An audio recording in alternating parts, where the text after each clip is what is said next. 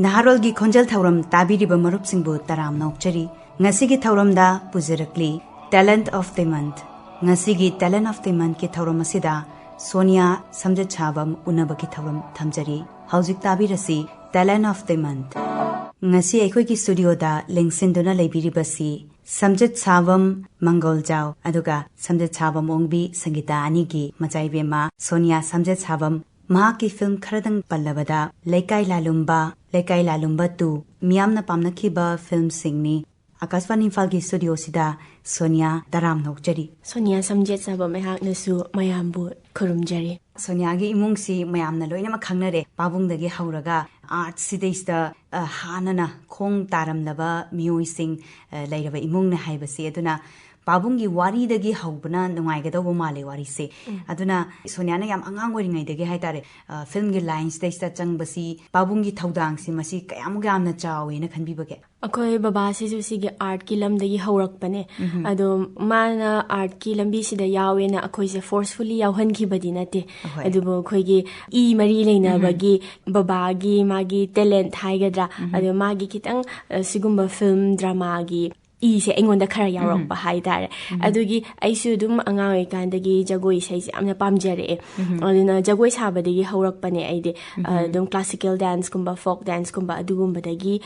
hauraga kogi film sida kona changakpane ado hoi sida babagi mateng syam yawe haibadi amu babagi through dagi changbani haibamakti haibadi yaroi adubu babagi magi ido engonda su yaurambagi adugi art pu pamjabagi gun do aingonda hapambagi aina su sije pamjaraga aina su dum changjarakibane and family gi support su yam laye maramdi khoi mama hoi aigi ibung sing su adum sigumba lambi se dum pame haidare haidi ayambana na thaidre dum art kine hairaga art and culture and jagoi sai film drama everything sigumba se yamna nungsi jaye aduna dum aina yawba matamda su dum moina inkhat piye adai dum support to biye hoi Sonia si angang oiringai de hauna aikoi Som Tajavada Mahimasingi Lam Sidasu Art Lairabani Hairaga Mahimasingi Lamda into Oga Tambanataba Mue Madi Oirak Boyne Uze Adanamasi Mahimasingi Lam Sidi School College Sikara Tambirak Paduga Mahimasingi Taxicada Fawa Yosin Birabag Housixe. I say Yamna Angang Oregon Kui School Gaba Horok by the City Quilikai Cambridge that Cambridge High School Aduda Tame Aduga class 7, 8 Sina Kui Andhra Pradesh ki St. John the Tame 19 sina khoi Miles Bronson Residential School haina Guwahati da leibeda tame adoi 11 12 sina Mega Manipur da amuka tame adui matungda ai graduation gi bachelor's ki oina St. Joseph haina khoi Bangalore da leibasida tame adu lorga master se chahi amadi gap lei chalure aina aduda kitang chahi su mangre maramdi covid su mulakpa aduga aigi bachelor's matamda so ise dengi na khibagi chahi amadi drop tawre dui matungda ina master se tawre Royal Global University haina Guwahati da leiba adui matungda master se loiraga aise dum coaching khara tawri online da aduga part time oina PhD tawthari adum khoi aigi Royal aina tamakpa Royal Global University ki makhada Laksaningliba wahangsina Hauzik Mahigi Lamsidasu Nopte Haizariba Aduna Masi Lyric Laisu dasu Tawayang su Honaramba Aduga Somna Kanda Isagi Pamjaba Passion Namadasu Madubu in Nanabu Honaramba Anisigi adjustments Masi Kram Hanatobi. Adjustments se Hana American High School Higher Secondary Sibaudi Kare Lairame 11 12 kumba 19 Kai kan so ayambana igi films adugi matamda su kumgi ado vacation matamda shooting tawe adai kona vacation later kan dum school gi saruk se dum yare aduna management jam laigi adu boy college ki matam hawrok padegi di khitang luba hawre time management je engonda ngamna badi tawki adu bo isa da soklak pa hai tar health da soklak pa lei adai khitang mentally physically soklak pa su lei akoi ne hekta strong oye khoi ne hekta ngamme na mukna bu su mu ya de ba khoi gi health da soirakani ba manage ti am ngamna badi tawki adu bo hoji ki oina di ai PhD su tawre adu ai gi chahi gi matungina ju sum aina pamjaba thabak ama leibagi thabak to tawnaba hotnabagi damakta ai chahi ama mukti dum gap leige na khale shooting se hadi film gi line se pura oina to pusu ngamde maramde jo film se am pamjana changak panina chahi amamukti aina gap leira matungda amuka changakpa yabra na yengena khalle ado hauji oina di manage tawbaza aina coaching tawrena coaching hek tawloibaga amuka shooting chatpa atopa chatpa do yaraktaba amaramdi mu coaching chatpa loiraga mu khitang aina mu focus bida yadabina aige mu academics ta aduna ai khitang di sacrifice tawtho ani handa ramna di nungaite maramda aina am pamjaba oibanina ko kumdi am kumninge film se ado mathangi chahi gumbadadi kumba ngambra na yengena khalle miyamna uribasi film gi line da chatpa natraka artist ama haibasi yamna glamorous oiba adugumba oina di ui masi Sonia fil sidaisa leiba misak ama oina isagi oiba wakhalonda masigi matang saisa kari wafam di thambini hoi film gi line da bu ta changradi adum yam langba mi adai di smadi adum keraga leiba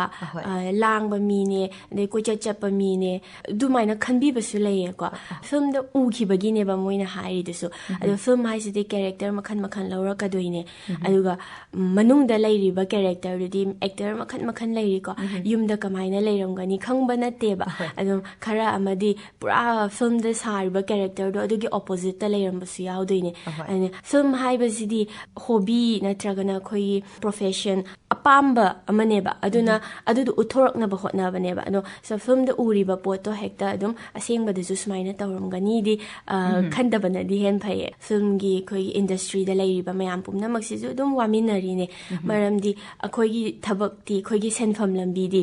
film kumuba matamda film tholapa matamda sidi langbo ina khangi banina amu adudo thoktana bo hotnaye adu site di film dagi sen talaga leiriba mi ge dudi mogi di awaba mamu oidoine ba ana mayamna su dum film je dum thabak amani haina dum khanhaninge entertainment program ne entertainment ne durga su khara amagi di senfam lambi ni ko haibado khanghaning matang sida Sonia khogi friend circle gi aduda bu oigera adi marup mapang sing tina bata haibadi Sonia gi su school college gi oiba film gi line na taba haitare sigum mase leiri bani aduga imung manung laikai gi mayam se leiri bani haijari ba tuna masigi miyamna uriba Sonia amadi aigi thamoi manung da yaujari ba Sonia ani sigi he conflict se lak ba yaubra kramhain tawbi si matang sadi sidi aigi friend circle hairo or aigi family members any relative oiro ko moina di aise actor oina udeba maramdi tonga ba dum aise mioi ba moina moiga dum pungpun pullaga chaminaraga langminaraga adum wado free oina ngangnaraga leibani na ko moina aise actor ne habse kaweba yumda di dum Sonia cham cham bani oiri seba aduna imanabi ge aiga hapet aswai pau kainomak chabagi chathokpa khotpada ko mi etopana aigi supporter haigadra aigi nungsibiba fan haigadra moina changaga photo gum namge khotke haibse aigi imanabi de diam ngakpo oyeba marami moidi edudo used to oidabado ko adu mai tawe ado aigi haibabu film da so aise ayamana character da laaga di ko kesanna ba adugumba se am sahalle ko director na ado hoi yumda su ki ado ki haibadabu aduk yamna aduge level de yamna ki da yamna teba adum yumda di dum aigi ngamna ba adaidi wakhal doiro adum confidence laina haitare confidence lai ba adugumba do adumaina oye aduga character da khetna ba haragadi adu mangaire adumai taw yam nungai ba wari yam kakni sisu aduga film ge line sai lakcharaga Sonia jagoi pame haina su haibire jagoi gi lam sidadi masi class ko malobi ba leibra haibade koina sum ujabada film da kaida adagi album da kaida sum ujabada Sonia si jagoi se fazana sai haijariba sigi matang se karmhain tawbi aise angang oirikandagi jagoi dagi haurakhiba aduda jagoi seina academy da mingchalaga tamakpamakti oigide adubo adum oza guru naina di tame khoigi samna harda oza gitabali oza jenita adidi oza thoiba moida agi classical dance folk dance loina maktame angang oirikanda khoigi radha bishar adidi krishna maibi jagoi adugumase ande khoigi ICTV gi adidi durdarshan gi duma channel da syam sare se aduga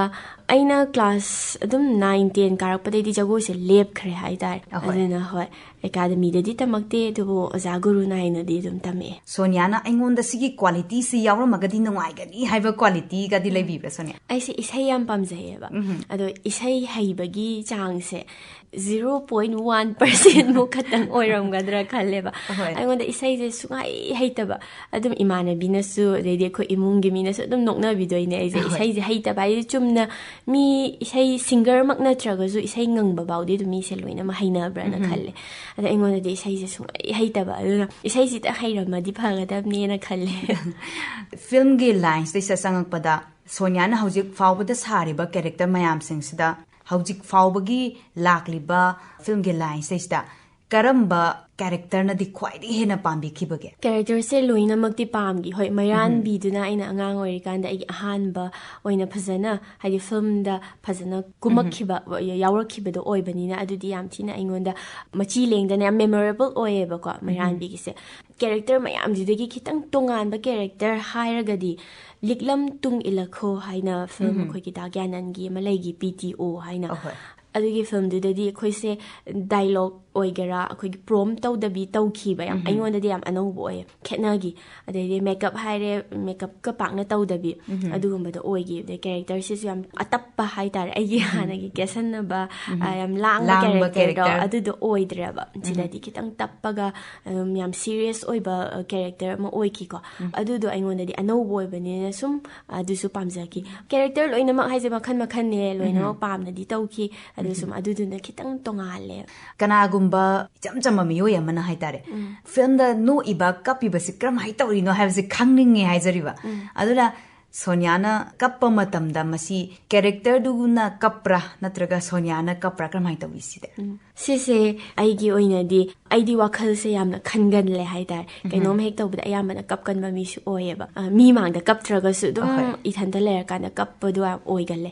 ꯑꯗꯨꯅ ꯀꯦꯔꯦꯛꯇꯔꯁꯦ ꯍꯣꯏ ꯀꯦꯔꯦꯛꯇꯔꯗ ꯑꯩꯅ ꯂꯨꯞꯁꯜꯂꯒ ꯀꯞꯄꯁꯨ ꯌꯥꯎꯏ ꯑꯗꯩꯗꯤ ꯃꯔꯛꯇꯗꯤ ꯑꯩꯈꯣꯏꯒꯤ ꯗꯤꯔꯦꯛꯇꯔꯅ ꯃꯨꯠꯇꯣ ꯈꯤꯇꯪ ꯀꯩꯅꯣ ꯀꯞꯅꯤꯡꯕ ꯃꯨꯠꯇꯣ ꯈꯜꯂꯣ ꯈꯣꯠꯂോ ꯍꯥꯏꯔꯛꯄ ꯃꯇꯝꯗꯀꯣ ꯑꯩꯒꯤꯗꯤ ꯌꯥꯝ ꯂꯥꯏꯅ ꯈꯟꯕ ꯉꯝꯕꯗോ ꯑꯩꯒꯤꯗꯤ ꯋꯥꯈꯜꯁꯦ ꯑꯗꯨꯝ ꯅꯨꯡꯉꯥꯏꯇꯕꯁꯨ ꯃꯌꯥꯝ ꯂꯩꯔꯤꯅꯤꯅ ꯑꯩꯈꯣꯏ ꯃꯤꯑꯣꯏꯕ ꯍꯥꯏꯁꯤꯗꯤ ꯑꯗꯨꯅ ꯑꯗꯨꯒꯨꯝꯕ ꯃꯌꯥꯝ ꯈꯟꯖꯜꯂꯒ ꯑꯗꯨꯝ ꯌꯥꯝ ꯊꯨꯅ ꯀꯞꯄꯦ ꯍꯥꯏꯇꯥꯔꯦ ꯑꯩꯗꯤ ꯈꯪꯗꯦ ꯏꯃꯥꯟꯅꯕꯤꯅ ꯀꯩꯅꯣꯃꯛ ꯅꯪ ꯀꯩꯗꯧꯔꯒꯦ ꯍꯪꯉꯛꯄꯁꯦ ꯁꯤꯐꯥꯎ ꯑꯩꯗꯤ ꯑꯗꯨꯝ ꯀꯞꯄ ꯉꯝꯃꯦꯕ ꯗꯣꯛꯇꯔꯅ ꯀꯩ ꯅꯨꯡꯉꯥꯏꯇꯒꯦ ꯍꯪꯉꯛꯄꯁꯦ ꯑꯗꯨꯝ ꯀꯞꯄ ꯉꯝꯃꯦꯕ ꯑꯗꯨꯝ ꯋꯥꯈꯜꯁꯦ ꯑꯇꯣꯞꯄ ꯃꯌꯥꯝ ꯈꯟꯖꯜꯂꯒ ꯂꯩꯈꯤꯕ ꯃꯌꯥꯝꯗꯣ ꯍꯦꯛ ꯃꯤ ꯑꯃꯅ ꯀꯩꯅꯣꯝ ꯍꯪꯉꯛꯄꯗ ꯐꯨꯗꯣꯔꯛꯄꯗꯣ ꯑꯗꯨꯃꯥꯏꯅ ꯇꯧꯋꯦ ꯑꯗꯨꯅ ꯀꯞꯄꯁꯦ ꯑꯩꯈꯣꯏꯒꯤ ꯐꯤल्ꯝꯒꯤ ꯀꯦꯔꯦꯛꯇꯔꯗ ꯈꯟꯖꯜꯂꯒ ꯀꯞꯄꯁꯨ ꯌꯥꯎꯋꯦ ꯑꯦꯟ ꯏꯁꯥꯒꯤ ꯑꯣꯏꯅ ꯑꯗꯨꯝ ꯀꯞꯄꯛꯄꯁꯨ ꯌꯥꯎꯋꯦ ꯇꯣꯉꯥꯟ ꯇꯣꯉꯥꯟꯕ ꯏꯟꯇꯔꯚ꯭ꯌꯨ ꯃꯌꯥꯝꯗ ꯑꯥꯔꯇꯤꯁ ꯃꯌꯥꯝꯒꯤ ꯇꯣꯉꯥꯟ ꯇꯣꯉꯥꯟꯕ ꯋꯥꯈꯜꯂꯣꯟꯅꯤ ꯂꯩꯔꯤꯕꯁꯦ ꯀꯅꯥꯒꯨꯝꯕ ꯑꯐꯥꯎꯕ ꯐꯨꯠꯕꯣꯂꯔ ꯑꯃꯅ ꯄ꯭ꯂꯦꯒ꯭ꯔꯥꯎꯟꯗꯨꯗꯗꯤ ꯃꯥꯅ ꯉꯁꯥꯏ ꯁꯥꯟꯅꯔꯤꯉꯩ ꯃꯅꯨꯡꯗꯨꯗꯩꯗ ꯌꯦꯡꯉꯤꯕ ꯚꯥꯕꯣꯛꯁꯤꯡꯗꯨꯒꯤ ꯅꯤꯜ ꯈꯣꯡꯕ ꯃꯌꯥꯝꯗꯨ ꯇꯥꯒꯗꯧꯔꯤꯕꯅꯤ ꯃꯥꯅ ꯇꯁꯦꯡꯅ ꯃꯗꯨꯒꯤ ꯁꯥꯎꯟꯗꯨꯗꯩꯗ ꯑꯦꯕꯖꯣꯔꯕ ꯇꯧꯔꯒ ꯂꯩꯇ꯭ꯔꯒꯁꯨ ꯑꯗꯨꯕꯨ ꯃꯌꯨꯝꯗ ꯍꯜꯂꯛꯄ ꯃꯇꯝꯗꯗꯤ ꯌꯥꯝꯅ ꯑꯦꯝꯇꯤ ꯑꯣꯏꯕ ꯌꯥꯝꯅ ꯂꯣꯟꯂꯤꯗꯒꯤ ꯍꯦꯟꯕ ꯍꯥꯏꯇꯥꯔꯦ ꯏꯍꯥꯡ ꯍꯥꯡꯕꯗꯧꯅ ꯐꯥꯎꯏꯒ ꯍꯥꯏꯕꯒꯤ ꯑꯗꯨꯒꯨꯝꯕꯁꯦ ꯂꯩ ꯑꯗꯨꯅ ꯁꯣꯅꯤꯌꯥꯒꯤꯗꯤ ꯀꯔꯝꯍꯥꯏꯅ ꯇꯧꯕꯤꯁꯦ ꯃꯥꯅꯦ ꯁꯤꯁꯦ ꯑꯌꯥꯝꯕꯅ ꯃꯤ ꯈꯨꯗꯤꯡꯃꯛꯀꯤ ꯑꯣꯏꯔꯝꯒꯗꯧꯕ ꯃꯥꯜꯂꯦꯀꯣ ꯑꯩꯈꯣꯏꯅ ꯄꯨꯜꯂꯨꯕ ꯃꯇꯝꯗ ꯑꯗꯩꯗꯤ ꯀ꯭ꯔꯤꯇꯤꯁꯤꯖꯝ ꯍꯥꯏꯕ ꯑꯃꯁꯨ ꯂꯩꯔꯛꯀꯅꯤ ꯑꯗꯩꯗꯤ ꯅꯦꯒꯦꯇꯤቭ ꯀꯃꯦꯟꯠꯁ ꯄꯣꯖꯤꯇꯤቭ ꯀꯃꯦꯟꯠꯁ ꯃꯌꯥꯝ ꯂꯩꯔꯛꯀꯅꯤ ꯑꯗꯨꯅ ꯑꯩꯈꯣꯏꯅ ꯌꯨꯝ ꯍꯜꯂꯛꯄ ꯃꯇꯝꯗꯗꯤ ꯏꯁꯥ ꯏꯊꯟꯇꯅ ꯗꯤꯜ ꯇꯧꯔꯛꯇꯣꯏꯅꯦꯕ ꯏꯁꯥ ꯏꯊꯟꯇꯅ ꯗꯤꯜ ꯇꯧꯔꯛꯄ ꯃꯇꯝꯗꯗꯤ ꯍꯣꯏ ꯍꯧꯖꯤꯛꯀꯤ ꯂꯣꯟꯂꯤ ꯑꯣꯏꯕ ꯐꯥꯎꯕ ꯍꯥꯏꯕꯗꯣ ꯐꯥꯎꯋꯦꯕ ꯉꯥꯛꯇꯪ ꯃꯤ ꯑꯃꯈꯩꯒ ꯄꯨꯂꯞ ꯂꯩꯔꯤꯀꯥꯟꯗꯗꯤꯀꯣ ꯑꯁ ꯃꯥꯅ ꯑꯗꯨ ꯍꯥꯏꯌꯦ ꯍꯥꯏꯕꯁꯦ ꯈꯤꯇꯪ ꯋꯥꯈꯜꯁꯦ ꯐꯥꯊꯔꯝꯕ ꯌꯥꯏꯑꯕ ꯅꯦꯒꯦꯇꯤቭ ꯀꯃꯦꯟꯠ ꯑꯣꯏꯒꯦꯔꯥ ꯄꯣꯖꯤꯇꯤቭ ꯑꯣꯏꯒꯦꯔꯥ ꯀꯩꯝꯇ ꯈꯜꯂꯝꯗꯕ ꯑꯁ ꯃꯥꯅ ꯍꯥꯏꯕꯕꯨ ꯑꯗꯨꯕꯨꯅ ꯑꯩꯈꯣꯏꯁꯨ ꯑꯗꯨꯝ ꯊꯧꯅꯥ ꯂꯩꯕ ꯁꯥꯔꯒꯀꯣ ꯑꯗꯨꯕꯨ ꯀꯩꯝꯇ ꯈꯟꯕꯤꯗꯦꯗ ꯍꯥꯏꯔꯒ ꯑꯗꯨꯕꯨ ꯌꯨꯝ ꯍꯜꯂꯛꯄ ꯃꯇꯝꯗꯗꯤ ꯏꯊꯟꯇ ꯂꯩꯔꯛꯄꯗꯗꯤ ꯑꯗꯨꯒꯨꯝꯕ ꯃꯌꯥꯝꯗꯨꯅ ꯑꯩꯈꯣꯏꯒꯤ ꯋꯥꯈꯜꯁꯤꯗ ꯑꯦꯐꯦꯛ ꯇꯧꯔꯛꯄꯁꯨ ꯌꯥꯎꯋꯦꯕ ꯑꯗꯨꯗꯗꯤ ꯑꯦꯠꯂꯤꯁ ꯀꯅꯥꯅꯣꯃ ꯀꯝꯄꯅꯤ ꯑꯃꯗꯤ ꯄꯥꯝꯃꯛꯄꯗꯣ ꯑꯗꯨꯃꯥꯏꯅ ꯑꯗꯨꯝ ꯇꯧꯋꯦ ꯍꯣꯏ ꯃꯁꯤ ꯃꯤꯑꯣꯏꯕ ꯈꯨꯗꯤꯡꯃꯛꯀꯤꯁꯨ ꯑꯣꯏꯒꯗꯧꯔꯤꯕꯅꯤ ꯋꯥꯔꯤꯁꯦ ꯑꯗꯨꯕꯨ ꯇꯁꯦꯡꯅ ꯑꯥꯔꯇꯤꯁ ꯍꯥꯏꯕꯁꯤꯗꯤ ꯌꯥꯝꯅ ꯁꯦꯟꯁꯤꯇꯤꯞ ꯑꯣꯏꯕ ꯃꯔꯝꯗꯤ ꯀꯞꯄꯨ ꯍꯥꯏꯕꯗ ꯍꯦꯛꯇ ꯀꯞꯄꯛꯀꯗꯧꯔꯤꯕ ꯑꯗꯨꯒ ꯅꯣꯛꯎ ꯍꯥꯏꯕꯗ ꯅꯣꯛꯂꯛꯀꯗꯧꯔꯤꯕꯅꯤꯅ ꯑꯗ ꯑꯃꯨꯛ ꯍꯪꯖꯅꯤꯡꯉꯤꯁꯤ ꯁꯣꯅꯤꯌꯥ ꯍꯥꯏꯕꯗꯤ ꯀꯩꯒꯨꯝꯕ ꯃꯇꯝꯗ ꯑꯩꯈꯣꯏ ꯑꯋꯥꯕꯗꯤ ꯁꯥꯟꯅꯔꯣꯏꯁꯤ ꯉꯁꯤꯁꯦ ꯁꯣꯅꯤꯌꯥꯒꯤ ꯃꯔꯨꯞ ꯑꯃ ꯑꯣꯏꯅ ꯌꯥꯝ ꯅꯨꯡꯉꯥꯏꯕ ꯀꯝꯄꯅꯤ ꯑꯃ ꯄꯤꯕ ꯉꯝꯕ꯭ꯔꯥ ꯍꯥꯏꯕꯗꯣ ꯑꯩꯈꯣꯏꯁꯨ ꯌꯦꯡꯖꯒꯦ ꯀꯩꯒꯨꯝꯕ ꯃꯇꯝꯗ ꯃꯤꯅꯒ ꯁꯨꯝ ꯍꯥꯏꯅꯕꯁꯤꯗ ꯌꯥꯝꯅ ꯅꯣꯛꯅꯤꯡꯕ ꯏꯁꯥꯒꯤ ꯃꯔꯝꯗ ꯍꯥꯏꯇꯥꯔꯦ ꯑꯁꯦꯡꯕꯗꯤ ꯅꯠꯇꯕ ꯑꯗꯨꯕꯨ ꯃꯤꯅꯒ ꯌꯥꯝ ꯅꯣꯛꯅꯤꯡꯕ ꯃꯣꯏꯅ ꯁꯨꯝ ꯍꯥꯏꯅꯔꯕ ꯃꯇꯝꯗ ꯔꯨꯃꯔ ꯍꯥꯏꯇꯥꯔꯦ ꯅꯣꯛꯅꯤꯡꯕꯒꯨꯝꯕ ꯊꯦꯡꯅꯕꯤꯈꯤꯕ ꯑꯗꯨꯒꯨꯝꯕꯗꯤ ꯌꯥꯎꯕꯤꯕ ꯌꯥꯎꯋꯦ ꯑꯁ ꯌꯥꯝ ꯌꯥꯎꯋꯦ ꯑꯗꯨꯗꯤ ꯑꯃꯅ ꯑꯩꯈꯣꯏꯒꯤ ꯀ꯭ꯂꯥꯁ 10ꯒꯤ ꯑꯦꯛꯖꯥꯝ ꯍꯥꯏꯗꯣꯔꯛꯄ ꯃꯇꯝꯁꯦ ꯁꯤꯗ ꯃꯤꯅ ꯌꯨꯇ꯭ꯌꯨꯕꯀꯤ ꯀꯃꯦꯟꯠꯀꯨꯝꯕꯗꯀꯣ ꯑꯩꯒꯤ ꯃꯥꯔꯛꯁꯤꯠꯁꯦ ꯁꯦꯝꯖꯟꯕꯅꯦ ꯍꯥꯏꯕꯒꯨꯝꯕ ꯑꯗꯨꯃꯥꯏꯅ ꯑꯗꯩ ꯑꯩꯈꯣꯏ ꯂꯩꯀꯥꯏꯒꯤ ꯃꯤꯅꯁꯨ ꯑꯗꯨꯃꯥꯏꯅ ꯍꯥꯏꯔꯛꯄ ꯌꯥꯎꯋꯦꯕꯀꯣ ꯑꯗꯨꯗ ꯑꯩꯈꯣꯏ ꯕꯥꯗꯤ ꯍꯦꯛꯇ ꯃꯤꯅ ꯑꯗꯨꯃꯥꯏꯅ ꯍꯥꯏꯕꯁꯦ ꯌꯥꯒꯟꯗꯦꯕ ꯑꯗꯨꯅ ꯑꯩꯈꯣꯏ ꯕꯥꯅ ꯗꯥꯏꯔꯦꯛ ꯑꯁꯦꯡꯕ ꯑꯣꯔꯤꯖꯤꯅꯦꯜ ꯄꯤꯁꯜꯂꯨꯕꯒꯨꯝꯕ ꯑꯗꯨꯃꯥꯏꯅ ꯇꯧꯕꯁꯨ ꯌꯥꯎꯋꯦ ꯑꯗꯒꯤꯗꯤ ꯑꯃꯅ ꯁꯣꯅꯤꯌꯥ ꯃꯆꯥꯁꯦ ꯆꯦꯜꯂꯨꯔꯕꯅꯦꯒ ꯍꯥꯏꯕꯒꯨꯝꯕ ꯍꯥꯏꯗꯤ ꯃꯤꯁꯦ ꯆꯦꯟꯒꯦꯔꯥ ꯆꯦꯜꯂꯣꯏꯔꯥ ꯀꯩꯝ ꯀꯥꯏꯕ ꯅꯠꯇꯦꯕꯀꯣ ꯑꯗꯣ ꯑꯩꯉꯣꯟꯗ ꯆꯦꯜꯂꯨꯔꯕꯅꯦ ꯍꯥꯏꯕꯁꯤꯗꯤ ꯆꯦꯟꯗ꯭ꯔꯤꯕ ꯑꯩꯉꯣꯟꯗꯗꯤ ꯁꯨꯝ ꯅꯣꯛꯅꯤꯡꯕꯗꯣ ꯑꯩꯕꯨ ꯀꯅꯥꯗꯅꯣ ꯆꯦꯜꯂꯨꯗꯣꯏꯁꯤꯕꯨꯅ ꯈꯟꯕ ꯑꯗꯨꯝꯕ ꯔꯨꯃꯔꯁꯀꯨꯝꯕ ꯇꯥꯏꯌꯦ ꯑꯩꯈꯣꯏ ꯂꯩꯀꯥꯏꯒꯤ ꯃꯤꯅꯒ ꯂꯥꯛꯑꯒ ꯑꯩꯁꯦ ꯌꯨꯝꯗ ꯏꯆꯟ ꯀꯧꯋꯦꯕ ꯏꯆꯟꯗꯣ ꯆꯦꯜꯂꯦ ꯀ ꯍꯥꯏꯕꯁꯦ ꯑꯩꯈꯣꯏ ꯅꯣꯛꯅꯤꯡꯗꯣꯏꯅꯦ ꯑꯩꯈꯣꯏ ꯃꯥ ꯍꯣꯏꯅꯗꯤ ꯃꯔꯝꯗꯤ ꯌꯨꯝꯗꯗꯤ ꯑꯗꯨꯝ ꯑꯉꯥꯡ ꯃꯆꯥꯗꯧꯅ ꯄꯪꯂꯩ ꯂꯩꯕꯅꯤꯅ ꯀꯃꯥꯏꯅ ꯑꯁꯤꯒꯤ ꯋꯥꯈꯜꯁꯤꯗ ꯀꯃꯥꯏꯅ ꯆꯦꯟꯗꯣꯏꯅꯣ ꯀꯥꯏ ꯈꯟꯕꯗꯣ ꯑꯗꯨꯝꯕ ꯈꯔ ꯂꯩ ꯍꯥꯏꯇꯥꯔꯦ ꯑꯗꯨꯒ ꯉꯁꯥꯏ ꯁꯣꯅꯤꯌꯥꯅ ꯂꯝꯕꯤꯗ ꯀꯩꯗ ꯀꯔꯤꯒꯨꯝꯕ ꯃꯔꯨꯞ ꯃꯄꯥꯡꯁꯤꯡꯒ ꯆꯥꯃꯤꯟ ꯊꯛꯃꯤꯟꯅꯕꯗ ꯐꯦꯟ ꯃꯣꯃꯦꯟꯠ ꯍꯥꯏꯒꯗ꯭ꯔꯥ ꯅꯨꯡꯁꯤꯕꯤꯕ ꯁꯣꯅꯤꯌꯥꯕꯨ ꯅꯨꯡꯁꯤꯖꯕ ꯃꯌꯥꯝꯁꯤꯅ ꯀꯔꯤꯒꯨꯝꯕ ꯃꯇꯝꯗ ꯐꯣꯇꯣ ꯑꯝꯇ ꯀꯥꯞꯃꯤꯟꯅꯁꯤꯒ ꯍꯥꯏꯔꯛꯄꯁꯦ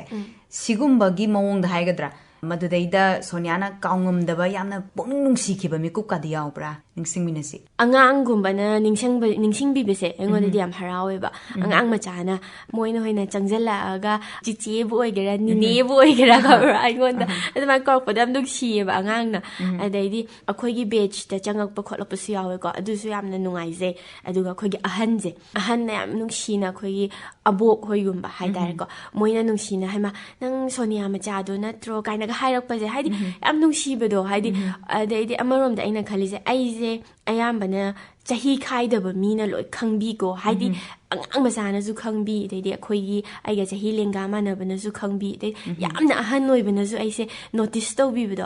अदु याम हरावे हाइतारे अदु मोइना चंगपा मतमदा अदुम आइना हेन अदुम फजना वेलकम तौवे पिकलबसु पिकना अखोइगी मणिपुर सिदा सोनियागिसु आर्ट किलम सेसा फिदा मदि कंदुना लैरबने हौजिकसे अदुगा मपान लमदा सोनियाना लाइरिक तंबा चटलेना हाइबिखिबदो मदुगी मतांग सिदैसदा मरु मपांग सिंगनदी सोनिया सिगुम्बा मीने हाइबसि खंगब्रा अदुगा मखोइना खंगलकपा मतमदुदा करमाइना रिएक्ट तौरकपगे यामना नुंगाइबा मना आइना मपानदा तमकपदा पाकना हौजिकी मीना आइंगोंदा चंगजल्लागा खोटलागा हंगबु खोटपदो अदुदि पाकना तौदे मोइसु लापतक लोइ लैनैयेबा अदैदि खोइ आइगी इमानबी तिनारिबा खैदुनादि खंगगसु आइना ngasa हाइगिबदो वन्स आइगबु तिनारगदि आइजे एक्टर ने हाबजे थाजो यादबदो होय अदुम याम नॉर्मली अदुम चुमनगे फ्रेंड सर्कल दा अदुम लैबदो अदुमाइना तौवे आदा बेंगलोर दा लैरिकांगिसे अदुबो आइना हौजिकी गुवाहाटी रॉयल ग्लोबल दा तमकपा मतमदादि अखोइगी ओजा खैनजु खंगेबा अदुदादि ओजा खैनजु खंगबनिना आइदी अहामदि याम पाखटलेबा ओजा खैना खल्लगा अमुका आइजे अतोपा लाना खनगिगद्रा यामना लांगबगुंबा ओइना उबिगद्रा नैना पाखटलुइ अदुबु यामना नुसिबा अमना इ रॉयल ग्लोबल गी ओजा गैसिना हेना आइंगोंदा रेस्पेक्ट थंबीबदो अदैदि मोइना मु सेमेस्टर एग्जाम गुंबा लोरागा मार्क गुंबा सियंगागा ए नंगदि याम फैये नंग पोटेंशियल लैये गुम अमु हेना हाइप पिबीबदो आइंगोंदा अदैदि खोइ सुम डांस गुंबागी प्रोग्राम गुंबा लैरगदिगा कॉलेज सिदा आइंगोंदा ngaतने हाइरक्तोइजे सो आइंगोंदा ते सिनारकपदो अदुगी यामना आइंगोंदा याम हरावे एंड होय अदुददि मु इमानबी गैबुदि नॉर्मल ओरे इमानबी नतबा अतोपा स्टूडेंट्स खैनदि आइंगोंदा यामना लागा दुम ए नंगसे एक्टर ने हाये अदु ने हाये न अदुदि मयाम प्लेटफॉर्म मखन मखन लैबनिना को कॉलेज तेसो इंटरव्यू गा लौबा यावे दुम सात्रा मसेन को मोगी व्लॉग ओइना थागतना बने गाइनागा अदुना याम रेस्पेक्ट थंबी हाइदारे आइंगोंदा होय एक्टिंग गी लम स्टेज लाकपा कांसददि सोनिया मखल गी रस मयाम अमनि लैरिसे मयाम सिंगसिगी मनुंगसिदा ख्वाइदगी लुइना खंजबा एक्टिंग हाइगद्रा एक्टिंग गी मवोंगसे करमना ओइबि सिगी एक्टिंग जे कप्पदा मीना उहनिंगदबगी कप्ति कप्पा अदो मीना उखिगद्रा ना पाखतबगी खोइगी कप्तनब होटनबगी एक्टिंग से हाइपे हाइपे कप्पगा कोइगी पीसु ताहनबसु मीना उहंदनब तादनब होटनबा पीसु तादनब होटनबा देदि तारअगजु तैथो हौरगा मा सकफमजिदा खोइजे कप्तेको हाइनब मु होटनबा दे कप्पीसु हाइबदो उतनबा अदुगुंबा एक्टिंग से सिसे यामना लुइयेना खले दुगा आइनसु याम ट्राई तौनिंगबा एक्टिंग सु ओइबा मसिसु अनोबा कैरेक्टर मयाम लाकपसदा यावरपसु ओइसनो हौजिक यामना ट्रेंडिंग ओइरिबा नुंसीबैनी नुंसीमनबई हाइबसिदा दयानंदगा पामसि याम चानैना मयामनसु हाइनरेको सोनिया मतांगसिदा मसिगे डायलॉग सि यावदना सोनिया सिंग असि इंटरव्यू से लोइसनखिबा तारगदि वारी सानबसि लोइसनखिबा तारगदि मयाम वारौना दौ माले मस्तेस्ता सोनियाना ख्वाइदगी निंगसिंगबा मतांग अमा लौखतपिरगा डायलॉग मतेम तंग तौबिरो हंदकी सीजन 2 होइना थोखिबदो अदुदा यावबा डायलॉग मते अमने अदुम कप्पगा हाइबने अदु मतेक तो खक होइना तौसरमागे दाजौ नुंसी ꯑꯁꯦꯡꯕꯒꯤ ꯅꯨꯡꯁꯤ ꯑꯄꯥꯝꯕ ꯈꯛ ꯅꯠꯇꯦ ꯅꯪꯅ ꯑꯩꯉꯣꯟꯗ ꯂꯥꯟꯅ ꯈꯜꯂꯤꯗꯣ ꯑꯩ ꯈꯥꯡꯕ ꯌꯥꯝꯅ ꯋꯥꯏꯌꯦ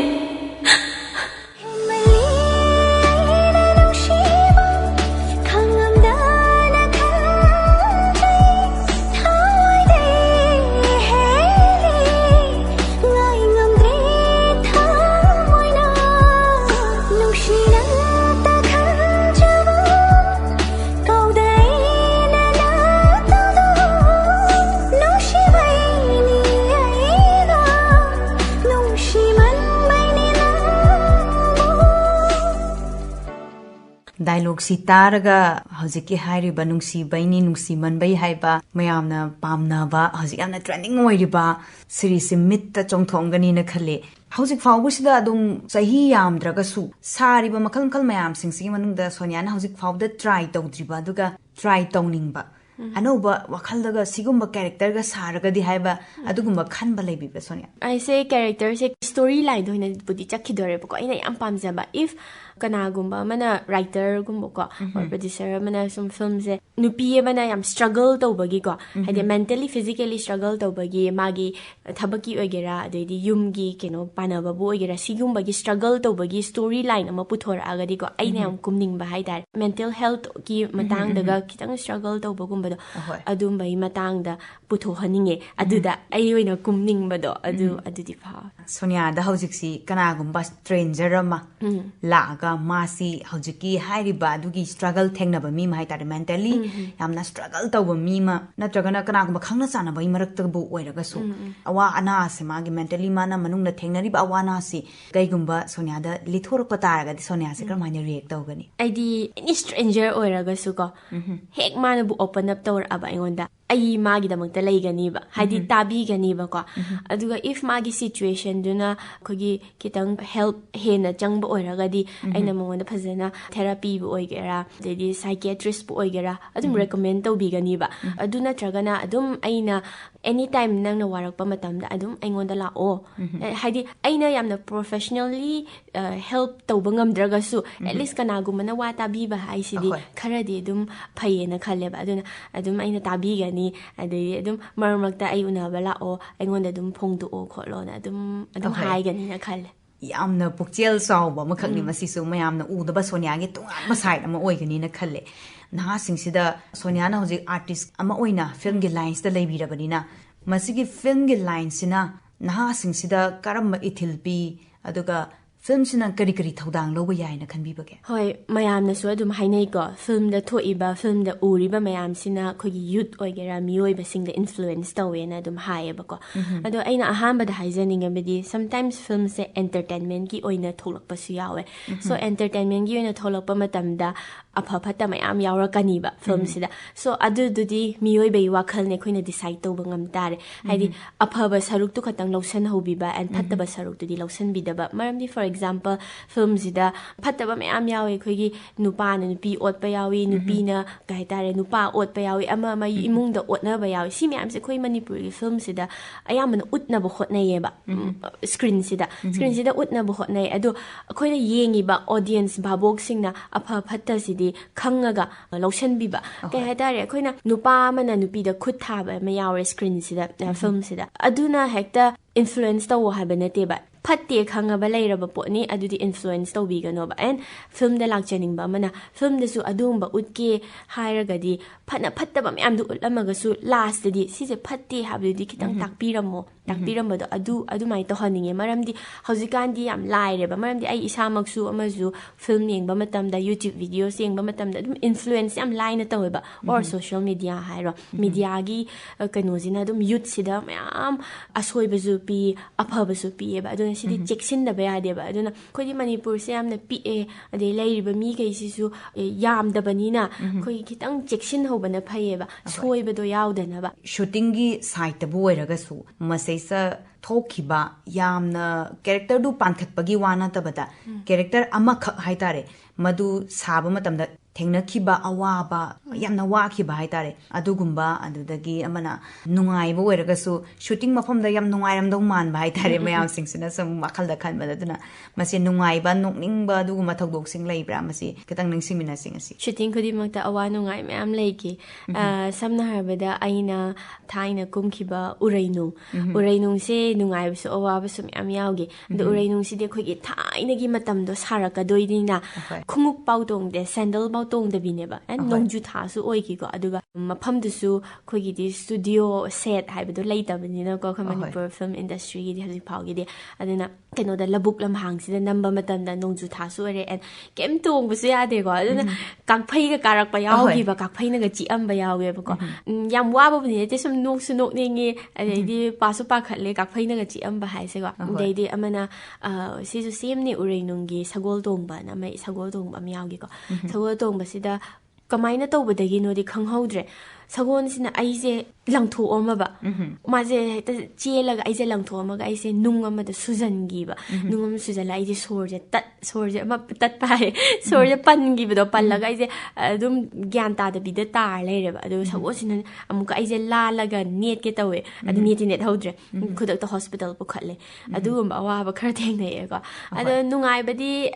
ꯌꯥꯝ ꯅꯨꯡꯉꯥꯏ ꯍꯥꯏꯗꯤ ꯑꯩꯈꯣꯏꯒꯤ ꯀ꯭ꯔꯨ ꯃꯦꯝꯕꯔ ꯄꯨꯂꯞꯀ ꯂꯦꯛꯄ ꯆꯠꯄ ꯌꯥꯎꯏꯀꯣ ꯑꯩꯒꯤ ꯆꯤꯡꯍꯤ ꯃꯅꯝ ꯍꯥꯏꯔꯤꯕ ꯏꯁꯩ ꯃ꯭ꯌꯨꯖꯤꯛ ꯚꯤꯗꯤꯑꯣ ꯌꯥꯝꯅ ꯄꯥꯝꯅꯕ ꯏꯁꯩ ꯑꯃ ꯑꯣꯏꯈꯤ ꯑꯩꯅꯁꯨ ꯌꯥꯝꯅ ꯄꯥꯝꯅ ꯀꯨꯝꯈꯤꯕ ꯍꯥꯏꯇꯥꯔꯦ ꯍꯧꯖꯤꯛ ꯐꯥꯎꯕꯗ ꯑꯩꯅ ꯌꯥꯝꯅ ꯄꯥꯝꯖꯔꯤ ꯑꯗꯨꯒꯤ ꯑꯍꯤꯡ ꯑꯥꯗ ꯂꯦꯛꯄ ꯆꯠꯄ ꯄꯨꯡ 12ꯗꯒꯤ ꯖꯔꯅꯤꯁꯦ ꯍꯧꯔꯒ ꯑꯩꯈꯣꯏꯒꯤ ꯂꯣꯛꯇꯥꯛ ꯔꯣꯝꯗ ꯂꯦꯛꯄ ꯈꯣꯠꯄ ꯑꯗꯨꯝ ꯑꯗꯨꯗꯣ ꯌꯥꯝꯅ ꯅꯨꯡꯉꯥꯏ ꯑꯩꯈꯣꯏꯒꯤ ꯀ꯭ꯔꯨ ꯃꯦꯝꯕꯔꯁꯨ ꯌꯥꯝ ꯅꯨꯡꯉꯥꯏ ꯁꯨꯇꯤꯡꯒꯤ ꯅꯨꯡꯉꯥꯏꯕ ꯍꯥꯏꯔꯒꯗꯤ ꯀ꯭ꯔꯨ ꯃꯦꯝꯕꯔꯁꯦ ꯅꯨꯡꯉꯥꯏꯔꯀꯥꯟꯗ ꯁꯨꯇꯤꯡꯁꯦ ꯅꯨꯡꯉꯥꯏꯗꯣꯏꯅꯦ ꯑꯦꯟ ꯃꯇꯝ ꯃꯦꯅꯦꯖ ꯇꯧꯔꯛꯄ ꯃꯇꯝ ꯑꯗꯩꯗꯤ ꯆꯥꯕ ꯊꯛꯄ ꯐꯖꯅ ꯇꯥꯏꯝ ꯃꯦꯅꯦꯖ ꯇꯧꯔꯛꯄ ꯃꯇꯝꯗꯅꯤꯀꯣ ꯀ꯭ꯔꯨ ꯃꯦꯝꯕꯔ ꯅꯨꯡꯉꯥꯏꯕ ꯍꯥꯏꯔꯤꯁꯦ ꯑꯗꯨꯅꯦ ꯑꯗꯩ ꯈꯠꯅꯕ ꯁꯥꯎꯅꯕ ꯍꯥꯏꯕꯕꯨ ꯉꯥꯛꯇꯪꯒꯤ ꯊꯤꯅ ꯉꯥꯡꯅꯔꯒꯁꯨ ꯑꯗꯨꯝ ꯀꯣꯛꯅꯕ ꯑꯗꯨ ꯃꯉꯥꯏꯔꯦ ꯁꯣꯅꯤꯌꯥ ꯃꯤ ꯄꯨꯝꯅꯃꯛꯁꯤ ꯑꯉꯥꯡ ꯑꯣꯏꯔꯤꯉꯩꯗꯒꯤ ꯑꯩ ꯁꯤ ꯑꯣꯏꯒꯦ ꯍꯥꯏꯕ ꯆꯥꯎꯔꯥꯛꯄ ꯑꯃꯗꯤ ꯈꯜꯂꯛꯑꯦ ꯍꯥꯏꯖꯔꯤꯕ ꯁꯣꯅꯤꯌꯥꯗꯤ ꯑꯉꯥꯡ ꯑꯣꯏꯔꯤꯉꯩꯗ ꯀꯔꯤ ꯑꯣꯏꯒꯦꯅ ꯈꯟꯕꯤꯔꯛꯄꯒꯦ ꯑꯩꯁꯦ ꯑꯗꯨꯝ ꯑꯉꯥꯡ ꯑꯣꯏꯔꯤꯀꯥꯟꯗ ꯌꯥꯝ ꯀ꯭ꯂꯥꯁ 4 ꯑꯗꯥꯏ ꯀꯥꯔꯤꯀꯥꯟꯗ ꯑꯩꯒꯤ ꯀ꯭ꯂꯥꯁ 4ꯁꯦ ꯑꯍꯥꯟꯕ ꯐ꯭ꯂꯥꯏꯠ ꯇꯣꯡꯕ ꯃꯇꯝ ꯑꯣꯏꯀꯣ ꯑꯩꯒꯤ ꯄꯨꯟꯁꯤꯒꯤ ꯑꯍꯥꯟꯕ ꯑꯗꯨꯗ ꯑꯩꯁꯦ ꯑꯦꯌꯔ ꯍꯣꯁꯇꯦꯁ ꯎꯏꯌꯦꯕ ꯑꯩ ꯑꯦꯌꯔ ꯍꯣꯁꯇꯦꯁ ꯑꯣꯏꯅꯤꯡꯉꯦ ꯕꯤꯀꯣꯁ ꯃꯣꯏꯗꯤ ꯗ꯭ꯔꯦꯁ ꯒ꯭ꯔꯨꯃꯤꯡ ꯀꯩꯀꯥꯁꯦ ꯌꯥꯝꯅ ꯌꯥꯝ ꯔꯦꯁꯄꯦꯛꯁꯨ ꯊꯝꯅꯩꯀꯣ ꯃꯤꯅ ꯑꯗꯨꯒ ꯗ꯭ꯔꯦꯁꯇꯒꯤ ꯀꯩꯗꯒꯤ ꯌꯥꯝ ꯃꯁꯥ ꯅꯥꯟꯅ ꯊꯕꯛ ꯇꯧꯕꯁꯦ ꯌꯥꯝꯅ ꯄꯥꯝꯖꯕ ꯑꯗꯨꯒꯤ ꯑꯩꯁꯦ ꯇꯧꯒꯦꯅ ꯈꯜꯂꯝꯃꯦ ꯑꯗꯨꯕꯨ ꯈꯔ ꯂꯩꯔꯒ ꯑꯩꯒꯤ ꯁꯨꯝ ꯑꯦꯀꯥꯗꯃꯤꯛꯀꯤ ꯔꯤꯚ꯭ꯌꯨꯁꯤꯒꯤ ꯃꯇꯨꯡ ꯏꯟꯅ ꯑꯩꯒꯤ ꯑꯣꯖꯥ ꯀꯩꯀꯥꯅꯁꯨ ꯈꯤꯇꯪ ꯏꯟꯐ꯭ꯂꯨꯌꯦꯟꯁ ꯇꯧꯔꯛꯄ ꯍꯥꯏꯇꯥꯔꯦ ꯅꯪꯁꯦ ꯁꯨꯃꯥꯏꯅ ꯃꯥꯔꯛ ꯀꯩꯀꯥꯁꯦ ꯋꯥꯡꯉꯦ ꯑꯗꯨꯅ ꯅꯪ ꯁꯨꯃꯥꯏꯅ ꯍꯣꯠꯅꯧ ꯑꯗꯨ ꯇꯧ ꯍꯥꯏꯔꯛꯄꯗꯒꯤ ꯑꯩꯁꯦ ꯑꯃꯨꯛ ꯁꯤꯚꯤꯜ ꯁꯔꯚꯤꯁ ꯑꯦꯛꯖꯥꯝꯁꯦ ꯊꯥꯒꯦꯅ ꯈꯜꯂꯛꯈꯤꯕꯅꯦꯕ ꯑꯗꯩ ꯑꯩꯈꯣꯏ ꯕꯕꯥ ꯍꯣꯏ ꯃꯃꯥ ꯍꯣꯏꯅꯁꯨ ꯑꯗꯨꯒꯨꯝꯕꯁꯦ ꯌꯥꯝ ꯄꯥꯝꯖꯈꯤꯕ ꯑꯗꯨꯕꯨ ꯁꯤꯁꯦ ꯊꯥꯕꯁꯦ ꯌꯥꯝꯅ ꯂꯨꯏꯌꯦ ꯃꯔꯝꯗꯤ ꯁꯤꯒꯤ ꯁꯤꯚꯤꯜ ꯁꯔꯚꯤꯁ ꯑꯦꯛꯖꯥꯃꯤꯅꯦꯁꯟꯁꯤꯗꯤ ꯍꯣꯠꯅꯒꯦ ꯍꯥꯏꯕ ꯃꯤꯁꯤꯗꯤ ꯑꯣꯟꯂꯤ ꯑꯗꯨꯗ ꯍꯣꯠꯅꯕ ꯃꯤ ꯑꯣꯏꯒꯗꯕꯅꯦꯕ ꯑꯗꯣ ꯑꯩꯒꯤ ꯑꯣꯏꯅꯗꯤ ꯐꯤꯜꯝꯒꯤ ꯂꯥꯏꯟꯁꯨ ꯆꯪꯁꯤꯜꯂꯨꯔꯦ ꯑꯗꯩꯗꯤ ꯑꯇꯣꯞꯄ ꯃꯌꯥꯝ ꯑꯃꯁꯨ ꯂꯩꯕꯅꯤꯅ ꯁꯤꯚꯤꯜ ꯁꯔꯚꯤꯁ ꯑꯦꯛꯖꯥꯝꯁꯦ ꯐꯅ ꯄꯥꯝꯃꯒꯁꯨ ꯍꯣꯠꯅꯕꯁꯦ ꯑꯩꯒꯤꯗꯤ ꯆꯍꯤꯁꯦ ꯈꯔ ꯌꯥꯝꯅ ꯆꯪꯉꯤ ꯍꯣꯠꯇꯤ ꯍꯣꯠꯅꯈꯤꯅꯤ ꯂꯥꯏꯕꯛꯄꯨꯗꯤ ꯌꯦꯡꯈꯤꯅꯤꯀꯣ ꯑꯗꯣ ꯑꯩꯉꯣꯟꯗꯗꯤ ꯈꯤꯇꯪ ꯂꯨꯅꯗꯤ ꯊꯣꯛꯀꯗ꯭ꯔꯅ ꯈꯜꯂꯤ ꯌꯥꯝꯅꯗꯤ ꯄꯥꯝꯖꯕ ꯑꯗꯨꯕꯨ ꯃꯇꯝꯁꯦ ꯃꯌꯥꯝ ꯃꯥꯡꯈ꯭ꯔꯦ ꯍꯥꯏꯗꯤ ꯑꯔꯦꯝꯕꯗ ꯃꯥꯡꯕꯕꯨꯗꯤ ꯅꯠꯇꯦ ꯑꯩꯒꯤꯁꯨ ꯇꯣꯉꯥꯟꯕꯒꯤ ꯄ꯭ꯔꯣꯐꯦꯁꯟ ꯍꯥꯏꯗꯤ ꯁꯤꯒꯤ ꯑꯦꯛꯇꯔ ꯑꯃ ꯑꯣꯏꯅꯁꯨ ꯂꯥꯛꯄꯅꯤꯅ ꯑꯗꯩꯗꯤ ꯄ꯭ꯂꯁ ꯑꯩꯒꯤ ꯑꯇꯣꯞꯄ ꯒ꯭ꯔꯦꯖꯨꯑꯦꯁꯟ ꯃꯥꯁꯇꯔꯁ ꯀꯩꯀꯥ ꯃꯌꯥꯝꯗꯨꯁꯨ ꯑꯃꯨꯛ ꯐꯣꯀꯁ ꯇꯧꯗ ꯌꯥꯗꯕꯅꯤꯅꯀꯣ ꯁꯤꯚꯤꯜ ꯁꯔꯚꯤꯁ ꯑꯦꯛꯖꯥꯝꯁꯦ ꯈꯤꯇꯪ ꯋꯥꯅꯗꯤ ꯊꯣꯛꯑꯦ ꯑꯩꯉꯣꯟꯗ ꯑꯗꯣ ꯍꯣꯠꯇꯤ ꯍꯣꯠꯅꯒꯅꯤ ꯑꯗꯨ ꯌꯥꯝ ꯄꯥꯝꯖꯩ ꯑꯗꯣ ꯇꯨꯡꯗ ꯑꯗꯨ ꯑꯣꯏꯕ ꯉꯝꯃꯒꯅ ꯐꯔꯦ ꯑꯣꯏꯕ ꯉꯝꯗ꯭ꯔꯒꯁꯨ ꯑꯗꯨꯝ ꯑꯩꯒꯤ ꯑꯇꯣꯞꯄ ꯀꯣꯂꯦꯖꯀꯤ ꯑꯣꯖꯥꯒꯨꯝꯕ ꯑꯣꯏꯕ ꯑꯗꯨꯒꯨꯝꯕꯁꯦ ꯌꯥꯝ ꯄꯥꯝꯖꯩ ꯍꯥꯏꯇꯥꯔꯦ ꯁꯣꯅꯤꯌꯥꯅ ꯑꯣꯖꯥ ꯑꯣꯏꯔꯒꯗꯤ ꯌꯥꯝ ꯆꯥꯟꯅꯒꯅꯤ ꯍꯥꯏꯕ ꯇꯥꯔꯦ ꯑꯉꯥꯡꯁꯤꯡꯁꯨ ꯂꯥꯏꯔꯤꯛ ꯇꯥꯛꯄ ꯈꯣꯠꯄꯗꯁꯨ ꯍꯧꯖꯤꯛ ꯁꯣꯅꯤꯌꯥꯅ ꯍꯧꯖꯤꯛ ꯍꯥꯏꯕꯤꯔꯤꯕ ꯋꯥꯐꯝꯁꯤꯡꯁꯤ ꯁꯨꯝ ꯇꯥꯁꯤꯟꯖꯕꯗ ꯌꯥꯝꯅ ꯅꯨꯡꯉꯥꯏꯕ ꯀ꯭ꯂꯥꯁ ꯑꯃꯗꯤ ꯁꯣꯏꯗꯅ ꯑꯣꯏꯒꯅꯤꯅ ꯈꯜꯂꯤ ꯐꯤꯜꯝꯒꯤ ꯂꯥꯏꯟꯁꯤꯗꯩꯁꯤꯗꯁꯨ ꯑꯗꯨꯝ ꯃꯈꯥ ꯇꯥꯅ ꯆꯠꯊꯕꯤꯀꯣ ꯃꯌꯥꯝꯅꯁꯨ ꯁꯣꯅꯤꯌꯥꯕꯨ ꯌꯦꯡꯖꯅꯤꯡꯕ ꯃꯌꯥꯝ ꯑꯃ ꯂꯩꯔꯤ ꯑꯗꯨꯅ ꯍꯧꯖꯤꯛ ꯍꯥꯏꯔꯤꯕ ꯄꯥꯝꯕꯤꯔꯤꯕ ꯄꯨꯟꯁꯤꯒꯤꯁꯨ ꯇꯣꯉꯥꯟꯕ ꯂꯝꯕꯤ ꯑꯃꯗꯤ ꯆꯠꯇꯕ ꯌꯥꯗꯕꯅꯤ나 ꯃꯗꯨꯒꯤ ꯂꯝꯕꯤꯗꯨꯗꯁꯨ ꯃꯥꯏ ꯄꯥꯛꯄ ꯑꯃ ꯑꯣꯏꯕꯤꯔꯛꯑꯣ ꯍꯥꯏꯕ ꯋꯥꯐꯝꯁꯦ ꯊꯝꯖꯒꯦ ꯁꯣꯅꯤꯌꯥ ꯑꯩꯈꯣꯏꯒꯤ ꯁ꯭ꯇꯨꯗꯤꯑꯣꯗ ꯉꯥꯏꯍꯥꯛ ꯂꯦꯡꯕꯤꯔꯛꯇꯨꯅ ꯏꯁꯥꯒꯤ ꯑꯣꯏꯕ ꯃꯇꯝ ꯆꯤꯜꯂꯕ ꯃꯇꯝꯁꯦ ꯀꯥꯏꯊꯣꯛꯄꯤꯔꯒ ꯋꯥꯐꯝ ꯈꯔꯗꯪ ꯊꯝꯕꯤꯔꯝꯕ ꯑꯋꯥ ꯅꯨꯡꯉꯥꯏꯒꯤ ꯋꯥꯔꯤ ꯉꯁꯤꯗꯤ ꯋꯥꯔꯤꯁꯦ ꯁꯥꯟꯅꯕ ꯌꯥꯕꯁꯨ ꯁꯥꯟꯅꯔꯦ ꯌꯥꯝ ꯅꯨꯡꯉꯥꯏ ꯁꯣꯅꯤꯌꯥꯕꯨ ꯊꯥꯒꯠꯆꯔꯤ thank you talent of the month ꯀꯤ ꯊꯧꯔꯝꯗ ꯁꯣꯅꯤꯌꯥ ꯁꯝꯖꯦꯠꯁꯥꯕꯝꯒ ꯎꯅꯗꯨꯅ ꯋꯥꯔꯤ ꯁꯥꯟꯅꯕ ꯇꯥꯕꯤꯈ꯭ꯔꯦ ꯃꯁꯤꯒ ꯂꯣꯏꯅꯅ ꯅꯍꯥꯔꯣꯜꯒꯤ ꯈꯣꯟꯖꯦꯜ ꯊꯧꯔꯝ ꯁꯟꯗꯣꯛꯆꯕ ꯃꯇꯥꯡ ꯑꯁꯤꯗ ꯂꯣꯏꯁꯤꯟꯖꯔꯤ ꯊꯧꯔꯝ ꯇꯥꯕꯤꯔꯤꯕ ꯃꯔꯨꯞꯁꯤꯡꯕꯨ ꯑꯃꯨꯛꯀ ꯍꯟꯅ ꯈꯨꯔꯨꯝꯖꯔꯤ